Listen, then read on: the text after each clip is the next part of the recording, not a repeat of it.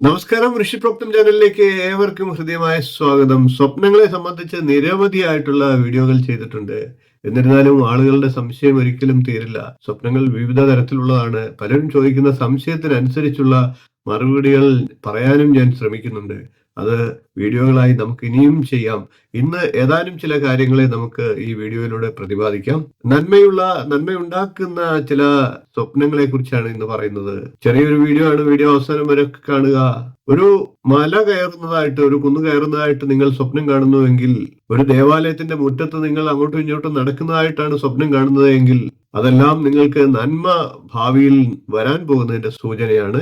അതേപോലെ തന്നെ കുതിര, ആന, കാള ഇവയുടെ മേൽ നിങ്ങൾ സവാരി ചെയ്യുന്നതായിട്ടാണ് സ്വപ്നം കാണുന്നതെങ്കിൽ അതും ജീവിതത്തിൽ ഉണ്ടാകാൻ പോകുന്ന നേട്ടങ്ങളുടെ സൂചനയാണ്.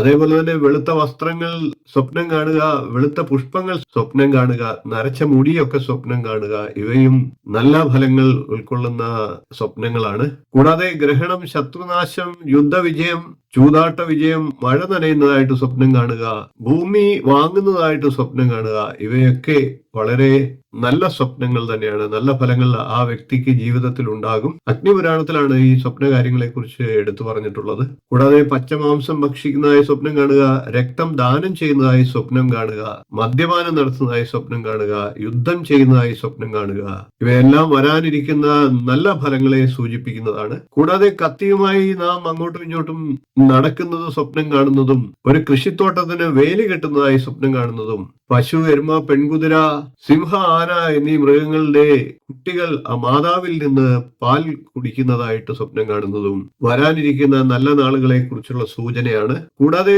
മുതിർന്ന ആളുകളുടെ അനുഗ്രഹം ലഭിക്കുന്നതായിട്ട് സ്വപ്നം കാണുക, സ്വപ്നത്തിൽ ഈശ്വരന്മാർ വന്ന് അനുഗ്രഹിക്കുന്നതായിട്ട് സ്വപ്നം കാണുക, ഇവയൊക്കെ ലഭിക്കാനിരിക്കുന്ന നന്മകളുടെ ഭാഗ്യത്തിന്റെ സൂചനയാണ്. ഇനിയും ഒരുപാട് സ്വപ്നങ്ങൾ ഓരോരുത്തരും കാണുന്നുണ്ടാകും, പലതരത്തിലുള്ളത്.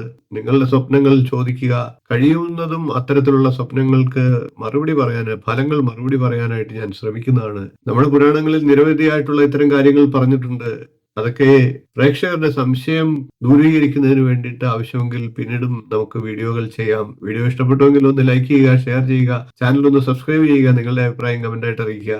ഇനിയും ഇതുപോലുള്ള നല്ല നല്ല വിഷയങ്ങളുമായി നമുക്ക് വീണ്ടും കാണാം. അതുവരെ എല്ലാവർക്കും നന്ദി, നമസ്കാരം, ശുഭദിനം.